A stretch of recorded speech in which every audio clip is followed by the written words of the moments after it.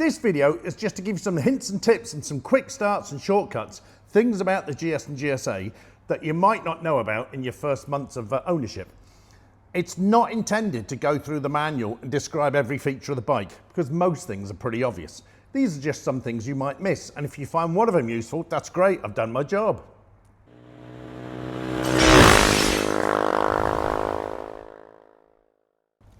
Yeah, no, it's okay, yeah. Yeah, no, existing owners know all this. Yeah, they won't have to watch it. No, you don't have to watch it if you already own one of these bikes, because you'll definitely know everything I'm going to talk about, won't you? Yeah. You know this seat's got two positions, don't you? The rear seat.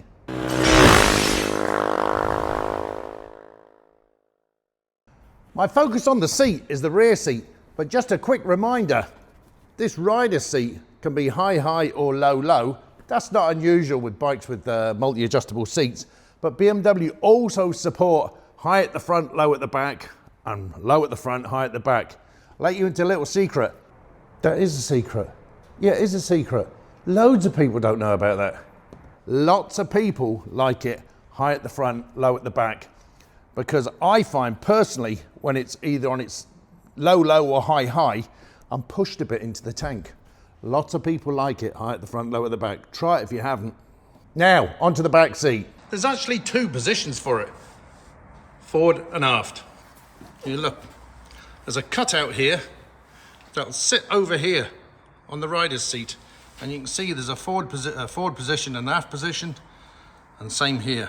If you have the low seat, what can happen is you can actually get quite a big gap here between the rear seat and the main rider's seat.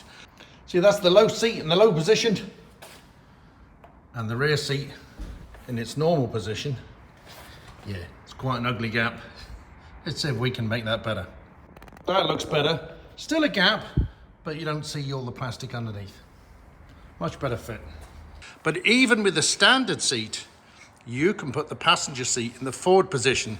And I find for my pillion, when I've got a top box there, it brings them forward. Oh, only, what, 40 mil, something like that, 30 or 40 mil, but it brings their seating position forward slightly and gives them a better lean on the backrest. That may or may not suit them, but it's something to try. That's it. So you can see, it's gone over the rider's seat here, and I've got a much bigger gap here now. So when I have a top box here, generally now my pillions are going to be sitting a little bit forward. What's that? Say again? Yeah, look, he's just making a point. Don't do that if your missus is a big old bird. It might get a bit tight. All right, love. Talking about you? No, not at all. The other thing about using the passenger seat in the forward position is it adds a bit of support for your lower back here. Say again? You are? Yeah, no, it's okay. It's okay. No. Now, all existing GS and GSA owners knew that. They knew that seat had two positions. Yeah, all of them, yeah. They don't need to watch this video.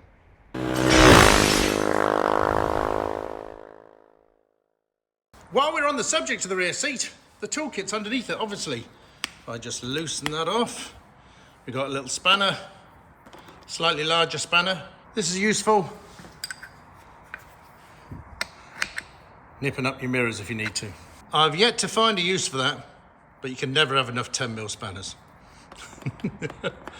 So screwdriver, not found a use for that yet, but turn it round, and we've got a nice little hex head. And you'll find, to help you take off panels, this side, the battery side, and these little hex heads, which are all over the bike. You've got a keyless ride fuel cap. And when you turn the ignition off, you only have a certain amount of time to open your fuel filler cap. Well, there's a little catch here that sometimes can get a bit stuck. Now, it's never happened to me, but lots of people have reported it.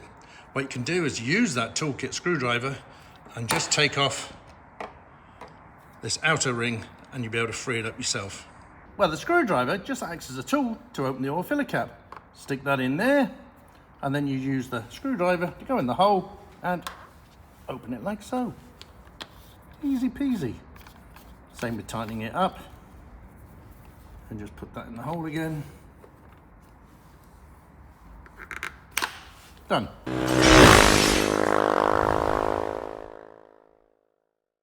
Oh, and if you live in a wet climate, your screen's always going to look like that.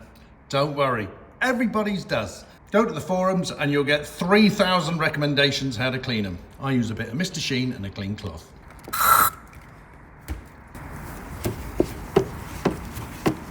You can go all over the place on the screens.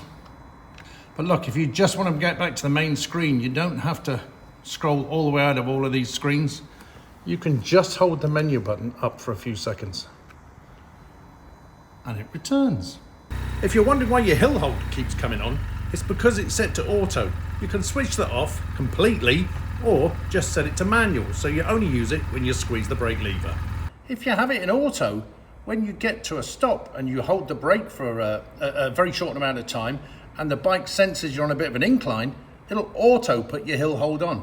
Most riders will activate the hill hold, if it's in manual mode, by squeezing on that front handlebar.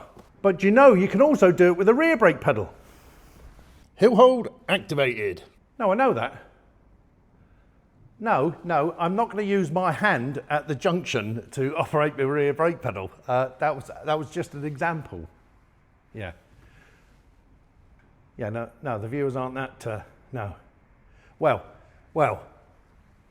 some of the Royal Enfield viewers might take that at face value, yeah, but, you know, most people won't. Oh, it's the man from the Royal Enfield Owners Club of Ireland. Shit. Oh!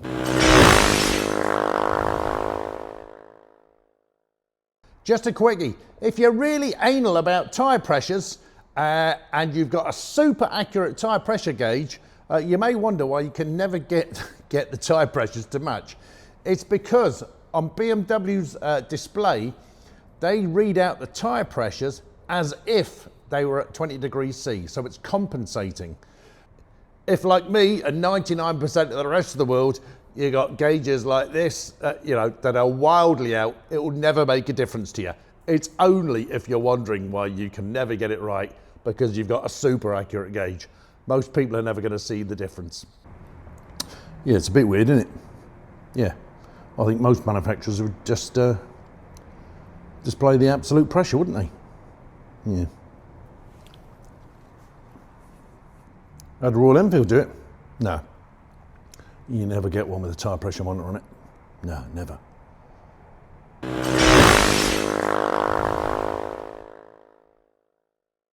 If your bike is fitted with a factory alarm, congratulations. You've got the best motorcycle alarm in the industry.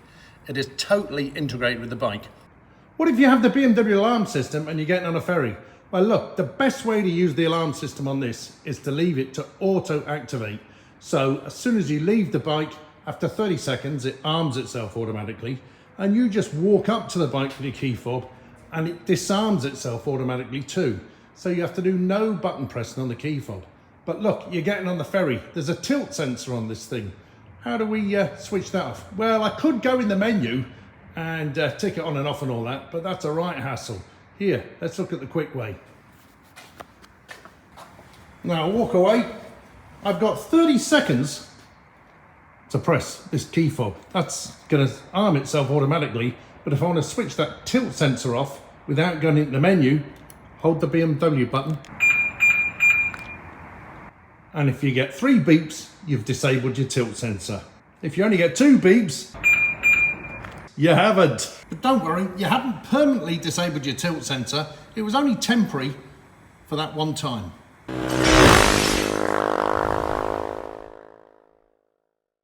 Ever seen this speed limit sign? Yeah, well, 2 things have got to be true for the display to permanently display the speed limit. 1, you've got to have your BMW connected app connected, but 2, you've got to set it up on the bike. So on the settings, you have to go to display, knock across speed limit info and tick that either on or off. There you are, it's just appeared in the top of the screen there. Knock it off again, off.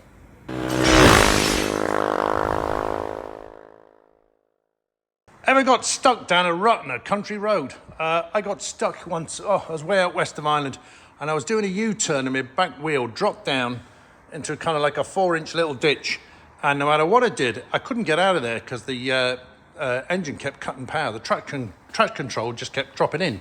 Well, you don't have to go in and start changing the bike to enduro mode or anything like that. You can just go straight here to this switch on the bar and knock the traction off. Get yourself out the hole, put the traction back on again.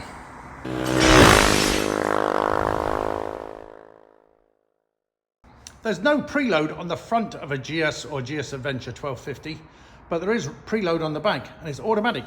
You'll never have to worry about adjusting the preload on a GS 1250 or GS Adventure 1250. Underneath this cover is a swing arm position sensor. This rod is connected to the swing arm. You sit on it, you put your pillion on it, you put your luggage on it, whatever it is, the bike automatically adjusts the preload for your weight. You never have to get involved with preload settings. You can have some interaction with the preload though. If you hold this button down here, click it once, and you'll see some damping settings and some preload settings. If I just touch it again, they'll come up again. But if I do a long hold on that button, okay, it tells me I can't adjust this while the engine's off. So we'll stick the engine on and I'll have to stop talking.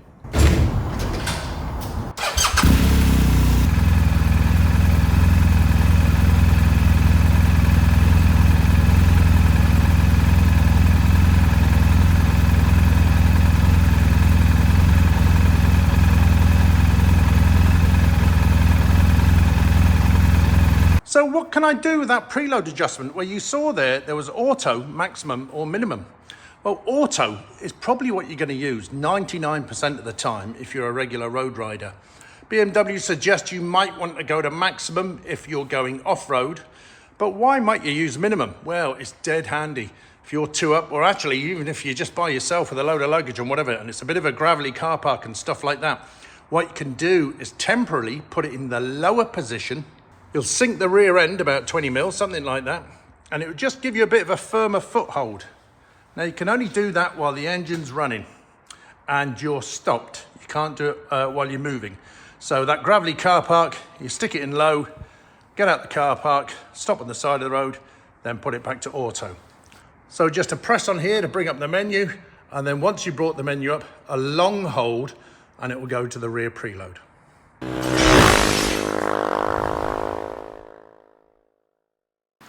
Well, there's only actually 3 damping profiles: road, dynamic and enduro. Each rider mode is associated with one of those 3 damping profiles. Off-road is an easy one. We've got an Enduro and Enduro Pro, and the only damping profile that is attached to those is the Enduro one. That Enduro damping profile will never appear in a road-based rider mode. So you choose rain, road or eco riding modes, and by default you'll have the softer road-based damping applied to the bike. If you choose dynamic or dynamic pro rider modes, by default you will get a dynamic, a firmer suspension setup. But these are not locked in stone. With the switch on the left-hand switch cube, you can change any road-based rider mode to have road-based damping or dynamic-based damping. It's a complete free-for-all, giving you complete freedom to do what you want. So look, I'm here in dynamic rider mode. By default, this rider mode will have dynamic damping. But if I click that on again, give it another touch, I can just change it to road. Okay, so that's dynamic to road. I change my rider mode. Let's go to eco. Well, ooh, green, right. Now, the default for eco is going to be the road-based damping setup. There it is. But I can change that to dynamic too. And from a damping perspective, you get nothing extra with Dynamic Pro. If you don't have Dynamic Pro on your bike, don't sweat it. Don't worry about it at all. There is nothing extra you get with the Dynamic Pro rider mode in terms of damping.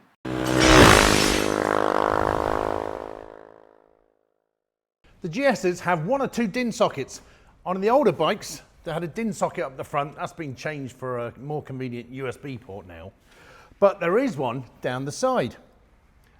It's all but useless. It's connected to the CAN bus system. It can deliver maybe 5 amps, slightly more, something like that, just about 5 amps, but it's not enough for anything like this. Not enough for a pump or anything. I've tried quite a few now. These always draw too much current for that side port. I can kind of get a compressor started, and but then when I try and put some load on it to pump the tyre up, it always trips that port. There's not a compressor I haven't tried that doesn't do it. They just draw too much current. So instead, for your compressor, what you might do is just get an SEA connector, stroke crocodile clips, put them together, and run your compressor directly off the battery. So in summary, that DIN port down the side of your GS or GS Adventure is pretty useless. Anything below 5 amps, great, but what are you going to be using below 5 amps? A heated vest, you say, or maybe some heated gloves for your pillion. Well, no, not really. Not if they've got a controller.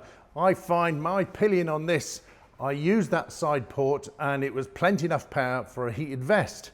But on the Kai system, for instance, if you lose power, it shuts the system off and you have to restart the system. So my pillion ended up was having to re-switch on the Kai gear every 15 to 20 minutes as the vibration caused the connection to lose the controller. So I wouldn't even use it for heated gear.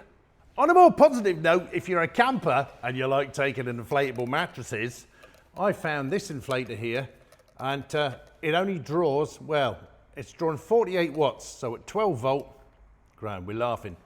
4 times 12, yeah, 4 amps. 4 amps. So I can run this off that port. The only thing I needed to do was get a converter from a cigarette lighter to a DIN socket.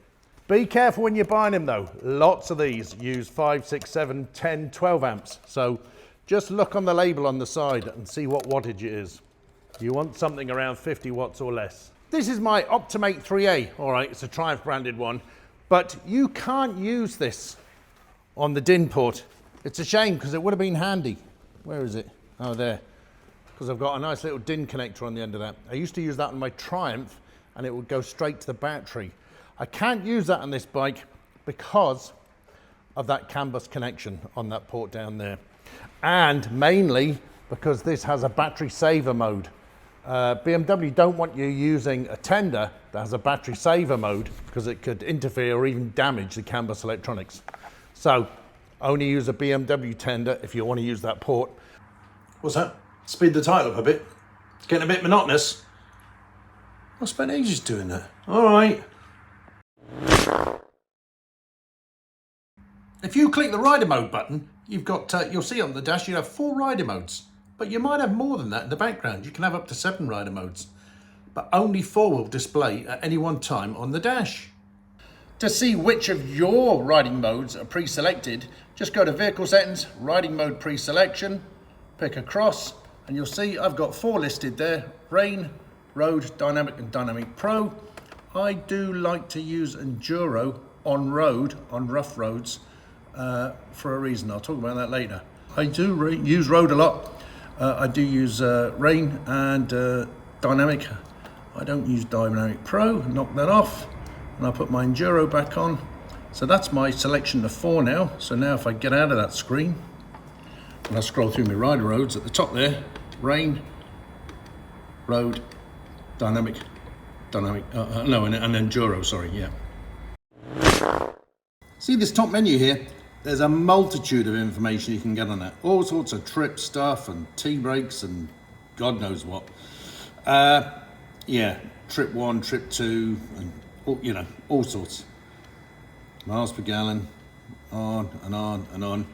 But if there's only 2 things you're really interested in, like I am, it's my range, which I see there, 133 kilometers, and my tire pressure monitoring. So if I want to go and see, I have to go all the way around, go on, go on, go on. If I'm not careful, I'll go past it. Yeah, tire pressures. Yeah, waste of time, most of that stuff. I don't want to see all that stuff. Look, declutter your top menu by going into the setup and getting rid of most of those.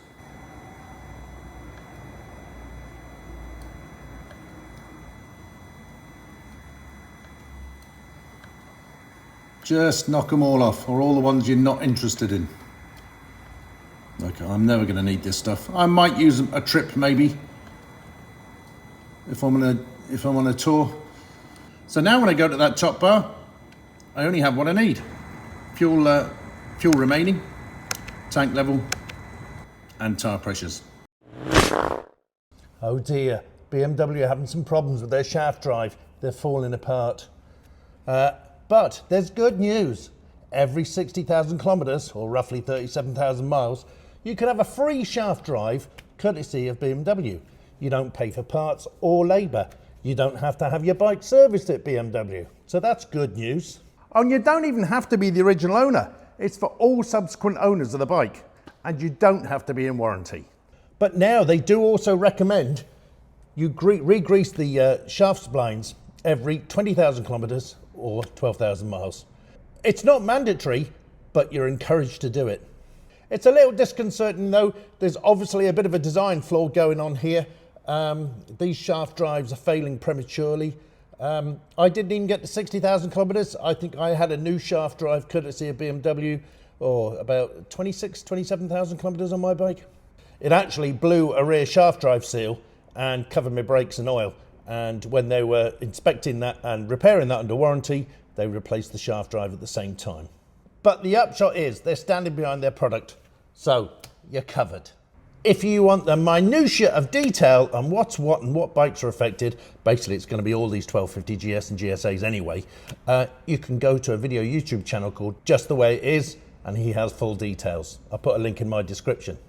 So in summary, new shaft drive every 60,000 kilometres, free of charge. You don't have to service or prove service to your BMW dealer. And have you ever met Johnny Big Balls and his I only ride in Dynamic Pro rider mode? Yeah, load of absolute tosh. For a start, Dynamic Pro, the pro part of it stands for programmable, not pro. But secondly, the difference between Dynamic and Dynamic Pro is virtually nothing. In fact, when you turn the bike to Dynamic Pro, unless you actually program it, what you're doing is adding more traction control than you otherwise would have had in the dynamic mode. So yes, you can go into Dynamic Pro and you can remove a lot of the traction control and allow the bike to do wheelies and stuff like that. If that's your thing, it's not mine really. Yeah, the one useful feature I can see with Dynamic Pro maybe is, let's say you just want a sharper throttle response, but you want the maximum safety features in traction control and ABS.